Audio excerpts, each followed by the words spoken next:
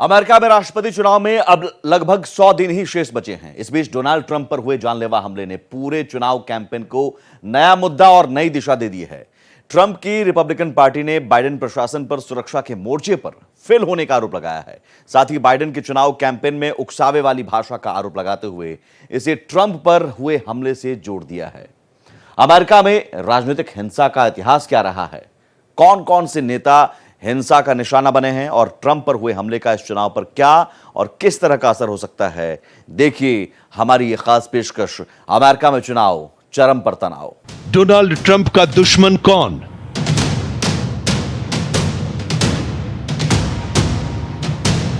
Trump पर जानलेवा हमला।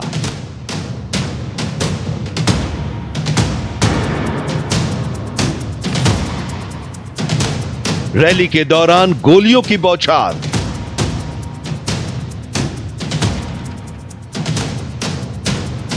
एक इंच की चूक, बाल बाल बचे ट्रंप।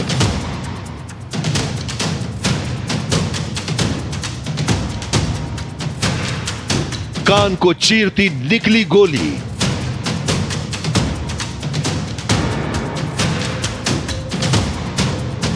इलेक्शन कैंपेन से पहले खूनी साजिश।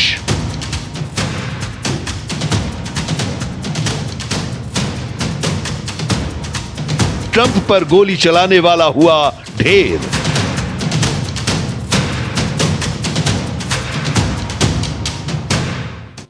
तो संयुक्त राज्य अमेरिका में राष्ट्रपति पद की दौड़ एक खूनी हिंसा के रूप में बदल गई है। पूर्व राष्ट्रपति और 2024 के रिपब्लिकन राष्ट्रपति पद के उम्मीदवार डोनाल्ड ट्रंप को गोली मार दी गई और पेंसिल्वेनिया में उनकी रैली के दौरान हत्या के प्रयास से वो बच गए। इस हमले ने अमेरिकी राजनीति में हिंसा का एक डरावना अध्याय फिर से खोल दिया है। गोलीबारी के बाद अपने पहले बयान में डोनाल्ड ट्रंप ने कहा कि उन्हें गोली मारी गई जो उनके दाहिने कान के ऊपरी हिस्से में लगी थी। शूटर थॉमस मैथ्यू क्रुक्स को पहली गोली चलने के कुछ सेकंड के भीतर ही गोली मार दी गई। अमेरिकी राष्ट्रपति जो बाइडेन ने कहा कि इस तरह की हिंसा के लिए अमेरिका में कोई जगह नहीं है। प्रधानमंत्री नरेंद्र मोदी, फ्रांस के राष्ट्रपति इमैनुअल मैक्रों समेत कई वैश्विक नेताओं ने इस हमले की निंदा की है। ट्रंप के हमले के वो 15 मिनट। तारीख 13 जुलाई 2024, भारतीय समय के मुताबिक 14 जुलाई, समय 6:03। जगह अमेरिका का पेंसिल्वेनिया, मौका राष्ट्रपति चुनाव की एक रैली का। अमेरिका के पूर्व राष्ट्रपति डोनाल्ड ट्रंप स्टेज पर पहुंचे और लोगों का अभिवादन स्वीकार करते हुए आगे बढ़ रहे थे। बैकग्राउंड में गाना बज रहा था, God bless America.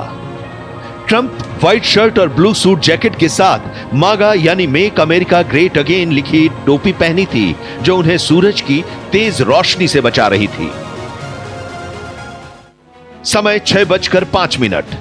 Donald Trump भाषण देना शुरू करते हैं। वे अपने समर्थकों को एक चार्ट में दिखा रहे होते हैं कि कैसे बाइडेन के फिर से राष्ट्रपति बनने से देश में गैर कानूनी प्रवासियों की तादाद बढ़ती जा रही है।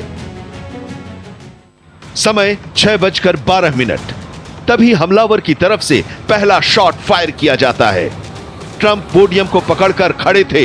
वे अपनी दाहिनी तरफ देखते हैं, बोलना बंद कर एकदम से अपने कान पर हाथ लगाते हैं। सीक्रेट सर्विस का एजेंट चीखता है, नीचे झुकिए, नीचे झुकिए। इस दौरान हमलावर की तरफ से धाएं धाएं गोलियां चलने लगती हैं। चारों ओर अफरा तफरी मच जाती है। यहां वो भयावह नजारा दिखा जिसने न सिर्फ अमेरिका बल्कि पूरी दुनिया को हिला दिया। सीक्रेट सर्विस ने ट्रंप को किया कवर। सीक्रेट सर्विस के एजेंट चारों ओर से भागते हुए ट्रंप को कवर कर लेते हैं। ट्रंप की रैली में मौजूद एक शख्स मारा जाता है। मरने वाले शख्स की पहचान कॉरी कॉम्प्लेटोर के तौर पर हुई है। रैली में जैसे ही गोलीबारी शुरू हुई, कॉरी ने अपने परिवार को कवर किया। वे ढाल बन गए। हमले में उनका परिवार बच गया, लेकिन उनकी मौत हो गई। पेंसिल्वेनिया के गवर्नर जोश शपीरो ने प्रेस कॉन्फ्रेंस में हीरो बताया जो अपने परिवार के खातिर मारा गया, जबकि 2 लोग गंभीर रूप से घायल हो गए। तभी एक एजेंट कहता है, शूटर इज डाउन, यानी गोली चलाने वाला मारा गया। ट्रंप पर 400 फीट की दूरी से गोली चलाई गई थी। समय 6:13। सीक्रेट सर्विस के एजेंट्स पूर्व राष्ट्रपति को एस्कॉर्ट करते हुए उनकी एसयूवी तक ले जाते हैं। इस दौरान ट्रंप कई बार अपनी मुट्ठी भींचकर वहां मौजूद अपने समर्थकों को फाइट फाइट बोलकर हौसला बढ़ाते हैं और उन्हें कार में बैठाकर अस्पताल ले जाया गया।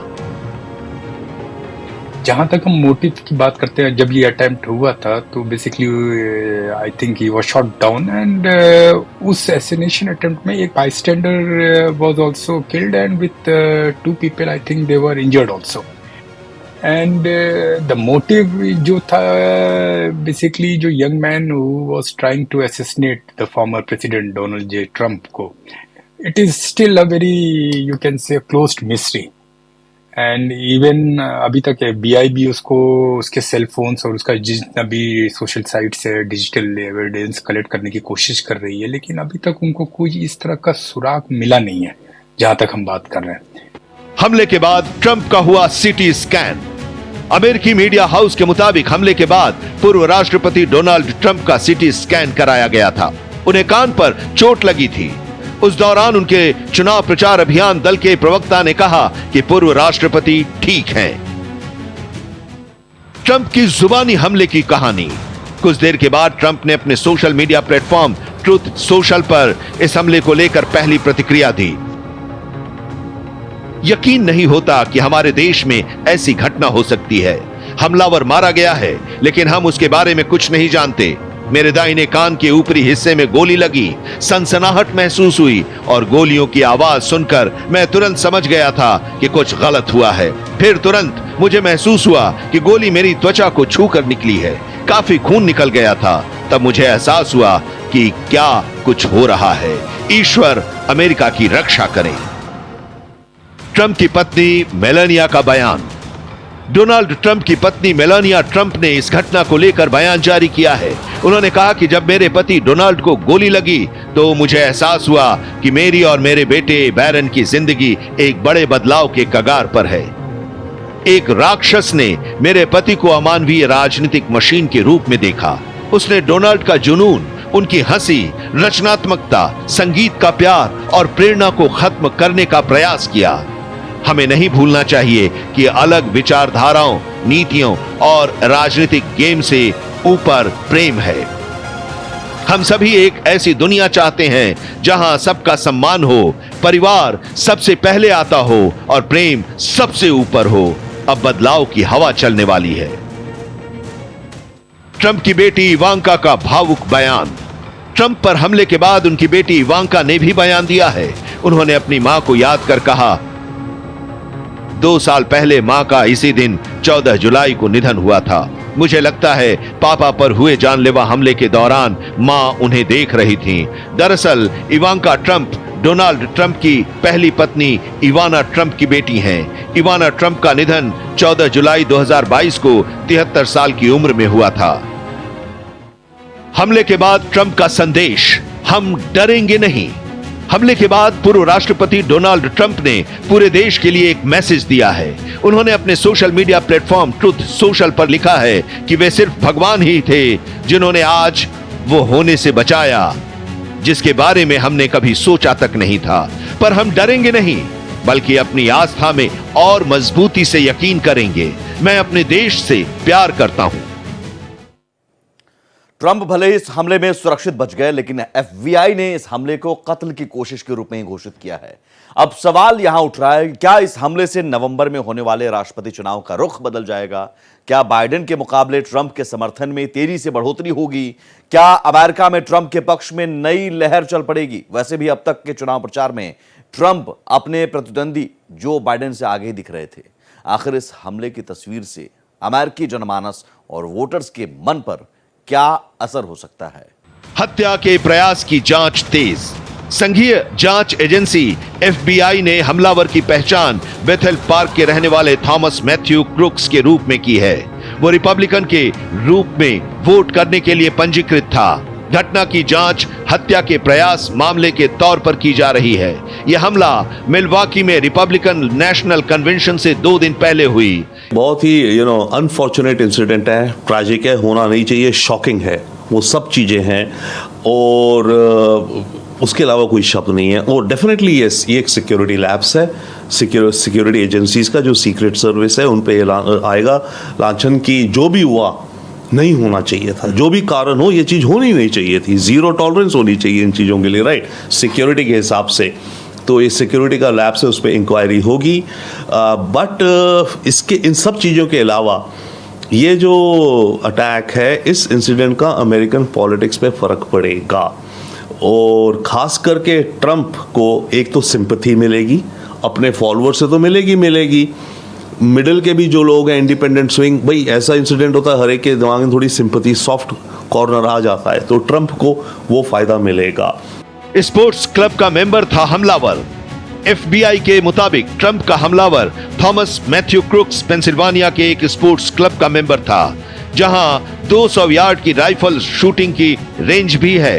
हालांकि अभी तक ये जानकारी नहीं हो पाई है कि उसने यहां ट्रेनिंग ली थी या नहीं। मैथ्यू क्रुक्स के एक नर्सिंग होम में काम करने की भी जानकारी सामने आई है।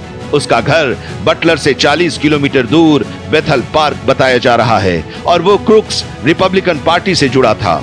उसने 2021 में डेमोक्रेटिक पार्टी से जुड़े एक ग्रुप को भी चंदा दिया था। क्रुक्स को 2022 में मैथ्स साइंस से जुड़ा स्टार अवार्ड मिला था। शूटर के पिता ने खरीदी थी राइफल। पेंसिल्वेनिया पुलिस के मुताबिक ट्रंप पर हमले के बाद पुलिस ने हमलावर के घर पर रेड की। वहां से विस्फोटक बरामद होने की बात सामने आई है। शूटर का परिवार एफबीआई की जांच में सहयोग कर रहा है। शूटर ने जिस एआर राइफल से ट्रंप पर गोली चलाई थी, उसके पिता ने उसे वैध तरीके से खरीदा था। हालांकि अब तक ये साफ नहीं हुआ है कि शूटर को राइफल कैसे मिली। पेंसिल्वेनिया पुलिस ने बताया कि ट्रंप पर करीब 400 फीट दूर मौजूद इमारत की छत से फायरिंग की गई। AR-15 राइफल से 8 राउंड गोलियां चलाई गईं। पहले राउंड में 3 और दूसरे राउंड में 5 गोलियां चलीं। AR-15 असॉल्ट राइफल से हमला। ट्रंप पर AR-15 असॉल्ट राइफल से हमला हुआ है। एक रिपोर्ट के मुताबिक अमेरिका में 18 साल के बाद कोई भी शख्स गन और राइफल खरीद सकता है और इसी साल फरवरी में डोनाल्ड ट्रंप ने गन लॉबी को सपोर्ट किया था। एक रैली के दौरान उन्होंने कहा था कि अगर वो राष्ट्रपति बनते हैं तो गन पर लगाए गए बाइडेन प्रशासन के बैन को हटा देंगे। AR-15 राइफल की खासियत, गन लॉबी को सपोर्ट करते हैं ट्रंप।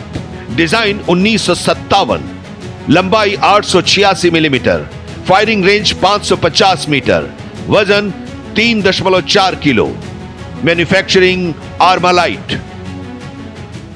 गन कंट्रोल का मामला कितना गंभीर। 34 करोड़ की आबादी वाले अमेरिका में कम से कम 42% लोगों के पास हथियार है और कईयों के पास तो एक से अधिक बंदूकें हैं। पूरे अमेरिका में 40 करोड़ से अधिक वैध अवैध हथियार जनता के पास हैं, यानी वहां की आबादी से भी अधिक। बंदूक और गोलियां खरीदना अमेरिका में इतना आसान है कि इसे इस बात से समझ सकते हैं कि अभी पिछले हफ्ते ही एक कंपनी ने अल्बामा, ओक्लाहोमा, टेक्सास जैसे शहरों में ग्रोसरी स्टोर्स पर बुलेट वेंडिंग मशीनें लगाई गई हैं ताकि लोग सब्जियों और दूध की तरह बंदूक की गोलियां खरीद सकें। ट्रंप पर हमले के बाद एक बार फिर से ये मांग तेज होगी कि गन कंट्रोल के लिए सख्त नियम लाए जाएं या कम से कम हथियार खरीदने के लिए कंट्रोल का कोई सिस्टम तो हो, ताकि मास शूटिंग या ट्रंप जैसे अहम नेता पर गोलीबारी जैसी घटनाओं पर लगाम लगाया जा सके। एक तरह से हेट क्राइम में इसको हम कैटेगराइज करते हैं। तो बेसिकली अगर आप देखें तो यूएस में मल्टीपल इंस्टेंस हुए हैं which has been recorded in the black people have been told to move to the, चलती बस से उनको बोल दिया जाता था कि उतर जाइए आप, और उसके बाद कुछ वर्ड्स जैसे आते थे whites only and Trump nation वो पेंटेड, वो चर्च में उनको पेंट कर दिया जा रहा था। तो मुझे ऐसा लगता है कि ये जो एक हेट क्राइम था और बेसिकली ये जो इन्वायरमेंट प्रिवेल हो रहा था that has basically populated and that has tended और that is basically motivated this person to these kind of unlegitimate or unlawful thing in within the sort of US. पूर्व राष्ट्रपति की सुरक्षा की जिम्मेदारी किसकी? अमेरिका में पूर्व राष्ट्रपति की सुरक्षा की जिम्मेदारी FBI, FRI की होती है। इसके अलावा सीक्रेट सर्विस, FBI और स्थानीय पुलिस की होती है और सुरक्षा के लिए 24 घंटे 75 अधिकारी तैनात रहते हैं। इसके अलावा आवाजाही के लिए स्पेशल फोर्स साथ रहती है। जिस इवेंट में पूर्व राष्ट्रपति शामिल होते हैं उसके चारों तरफ बैरिकेडिंग होती है और तो और किसी भी इवेंट में शामिल होने से पहले सीक्रेट सर्विस के एजेंट्स उस जगह का मुआयना करते हैं। ट्रंप पर हुए इस जानलेवा हमले की हर राजनीतिक दल और नेता ने आलोचना की है और सुरक्षा पुख्ता करने की मांग की है। पूर्व राष्ट्रपति Barack Obama, George W Bush और बिल क्लिंटन समेत तमाम दलों के नेताओं ने हमले की कड़ी निंदा करते हुए कहा कि अमेरिकी समाज में या पॉलिटिक्स में हिंसा की कोई जगह नहीं होनी चाहिए। विपक्षी दल यानी ट्रंप की पार्टी ने सुरक्षा व्यवस्था पर सवाल खड़ा किया है। ट्रंप के समर्थक माने जाने वाले अरबपति शीर्ष बिजनेसमैन एलन मस्क ने सीक्रेट सर्विस की सुरक्षा व्यवस्था पर सवाल खड़ा करते हुए एजेंसी के चीफ के इस्तीफे की मांग की है। बाइडेन का पहला संबोधन। डोनाल्ड ट्रंप पर हुए हमले के करीब 18 घंटे बाद राष्ट्रपति जो बाइडेन ने पहली बार देश को संबोधित किया। संबोधन भारतीय समय अनुसार 15 जुलाई को देर रात हुआ। राष्ट्रपति ने कहा, मैंने ट्रंप से बात की है, अमेरिका में हिंसा के लिए कोई जगह नहीं है। इसके साथ ही जो बाइडेन ने कहा कि इस मामले की जांच अभी शुरुआती चरणों में है। हमें अभी इस घटना के मकसद की कोई जानकारी नहीं है, इसलिए इस घटना के मकसद को लेकर लोग अपनी थ्योरी न बनाएं। FBI और सीक्रेट सर्विस एजेंसियों को अपना काम करने दें और हमारी कोशिश है कि इस हमले के बाद ट्रंप को और अधिक सुरक्षा दी जाए। इसके लिए सीक्रेट सर्विस को निर्देश दिया गया है। इस दौरान वाइस प्रेसिडेंट कमला हैरिस भी उनके साथ व्हाइट हाउस में मौजूद रहीं। उपराष्ट्रपति कमला हैरिस ने भी ट्रंप पर हुए हमले की निंदा की है। हैरिस ने कहा है कि उन्हें इस बात से राहत मिली है कि ट्रंप गंभीर रूप से घायल नहीं हुए। दूसरी बार जनता को किया संबोधित। अमेरिका के पूर्व राष्ट्रपति डोनाल्ड ट्रंप पर हुए जानलेवा हमले के बाद मौजूदा राष्ट्रपति जो बाइडेन ने दूसरी बार जनता को संबोधित किया। अपने संबोधन में उन्होंने हमले की निंदा की। बाइडेन ने अमेरिकी समाज में हिंसा पर कहा, हम इस रास्ते पर नहीं जा सकते हैं। हम अपने इतिहास में बहुत हिंसा झेल चुके हैं। अमेरिका की सुलगती राजनीति के दौर में शांत रहने का वक्त है। इसके साथ ही उन्होंने हमले के दौरान मारे गए एक आम नागरिक के परिजन के प्रति संवेदना जताई और उसे हीरो बताया। मोदी और राहुल ने जताई चिंता। प्रधानमंत्री नरेंद्र मोदी ने एक्स पर पोस्ट में कहा कि मेरे मित्र पूर्व राष्ट्रपति डोनाल्ड ट्रंप पर हुए हमले से बेहद चिंतित हूं। घटना की कड़ी निंदा करता हूं। राजनीति और लोकतंत्र में हिंसा का कोई स्थान नहीं है। उनके शीघ्र स्वस्थ होने की कामना करता हूं। अमेरिका में अगर सियासत और हिंसा के कनेक्शन के इतिहास को देखें तो एक लंबा काला अध्याय रहा है। कांग्रेसनल रिसर्च सर्विस की एक रिपोर्ट के मुताबिक अमेरिका में राष्ट्रपतियों, निर्वाचित राष्ट्रपतियों और उम्मीदवारों के खिलाफ अलग अलग मौकों पर 15 बार हमले किए गए। 4 जुलाई 1776 को ब्रिटिश उपनिवेश से आजाद हुए संयुक्त राष्ट्र अमेरिका के अब तक के 248 साल के इतिहास में 4 राष्ट्रपतियों की पद पर रहते हत्या कर दी गई, जबकि 2 दर्जन से अधिक बड़े नेताओं या पूर्व राष्ट्रपतियों पर जानलेवा हमले हुए थे। इसमें कई दास प्रथा को खत्म करने या अश्वेत लोगों के खिलाफ भेदभाव को खत्म करने का पक्ष लेने वाले नेता थे, जो दक्षिणपंथी संगठनों का निशाना बने। लेकिन यहां डोनाल्ड ट्रंप तो खुद दक्षिणपंथ समर्थक हैं। ऐसे में उन पर हमले के पीछे किसी संगठन का हाथ है या ये लोन वुल्फ अटैक का मामला है, ये जांच के बाद ही पता चल पाएगा। जानिए किन अमेरिकी राष्ट्रपतियों को अब तक निशाना बनाया गया। 4 राष्ट्रपतियों की हो चुकी है हत्या। अमेरिका में राष्ट्रपतियों, पूर्व राष्ट्रपतियों और प्रमुख दलों के राष्ट्रपति पद के उम्मीदवारों को निशाना बनाने की कई घटनाएं पहले भी हो चुकी हैं। Abraham Lincoln. अमेरिका के 16वें राष्ट्रपति अब्राहम लिंकन की 14 अप्रैल 1865 में गोली मारकर हत्या कर दी गई थी। William McKinley. 25वें राष्ट्रपति विलियम मैकिनले को 6 सितंबर 1901 को न्यूयॉर्क के बफेलो में तब गोली मारी गई थी जब वो भाषण देने के बाद लोगों से हाथ मिला रहे थे। उन्होंने 14 सितंबर 1901 को दम तोड़ दिया था। Franklin D Roosevelt.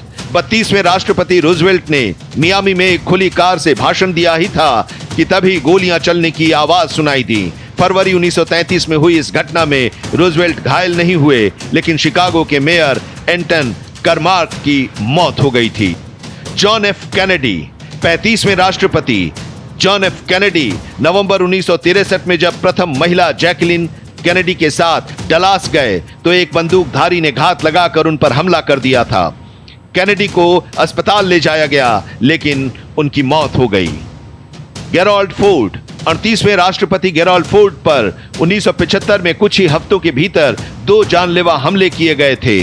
वो दोनों बार बच गए। रोनाल्ड रीगन, 40वें राष्ट्रपति। रोनाल्ड रीगन मार्च 1981 में वॉशिंगटन में भाषण देकर निकल रहे थे, तभी भीड़ में शामिल जॉन हिंकले जूनियर ने उन्हें गोली मार दी। वो उपचार के बाद स्वस्थ हो गए थे। जॉर्ज डब्ल्यू बुश, 43वें राष्ट्रपति जॉर्ज डब्ल्यू बुश 2005 में जॉर्जिया के राष्ट्रपति के साथ रैली में भाग ले रहे थे, तभी उनकी ओर हथगोला फेंका गया, लेकिन वो फटा नहीं था। थियोडोर रूजवेल्ट, पूर्व राष्ट्रपति और राष्ट्रपति पद के प्रत्याशी थियोडोर रूजवेल्ट को 1912 में गोली मारी गई। वो बाल बाल बचे थे। रॉबर्ट एफ कैनेडी, राष्ट्रपति पद के प्रत्याशी की दौड़ में शामिल कैनेडी की 1968 में हत्या कर दी गई थी। जॉर्ज सी वॉलेस, राष्ट्रपति पद की उम्मीदवारी की दौड़ के दौरान 1972 में वॉलेस को गोली मारी गई थी। उन्हें लकवा मार गया था। ट्रंप ने हमले के बाद दिखाई हिम्मत। डोनाल्ड ट्रंप पर जानलेवा हमले के बाद भी ट्रंप ने हिम्मत दिखाई है। फिलहाल वे विस्कॉन्सिन के मिलवॉकी पहुंचे, वहां पर रिपब्लिकन कन्वेंशन में हिस्सा लिया। हालांकि ट्रंप ने उसके बाद ही इस कन्वेंशन को संबोधित किया। इस कार्यक्रम में उन्हें रिपब्लिकन पार्टी ने औपचारिक रूप से अपना उम्मीदवार घोषित किया।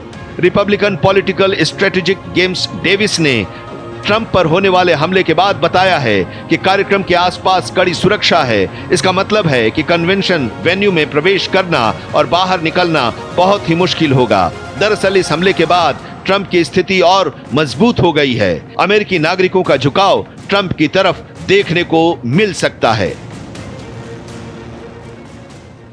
Information developed to date indicate that the shooter acted alone, और उसका कोई भी कहीं से भी कोई चेन नहीं दिख रही है। तो ये सीधे सीधे अगर आप देखें तो it was not like a kind of pre planned attack और something, you can say assassination attack which was directly, you can say it's a assassination attempt which basically prompted, and it reacted and he did it because of that the environment where he was living, where he was working and something like that. Mind, it would have been anything in his mind. Trump पर हमले का यह मुद्दा पूरे चुनाव campaign को नई दिशा दे सकता है। अब सवाल उठ रहा है कि क्या इस हमले से नवंबर में होने वाले राष्ट्रपति चुनाव का रुख बदल जाएगा? क्या बाइडेन के मुकाबले ट्रंप के समर्थन में तेजी से बढ़ोतरी होगी? क्या अमेरिका में ट्रंप के पक्ष में नई लहर चल पड़ेगी? वैसे भी अब तक के चुनाव प्रचार में ट्रंप अपने प्रतिद्वंदी बाइडेन से आगे ही दिख रहे थे। आखिर इस हमले की तस्वीर से अमेरिकी जनमानस और वोटर्स के मन पर क्या असर हो सकता है? इस मामले ने ट्रंप पक्ष को प्रचार अभियान में लचर सुरक्षा पर फोकस कर बाइडेन को घेरने का मौका दे दिया है। चुनाव नजदीक है, ऐसे में अब सबकी निगाहें आगे के चुनाव कैंपेन पर टिकी रहेंगी।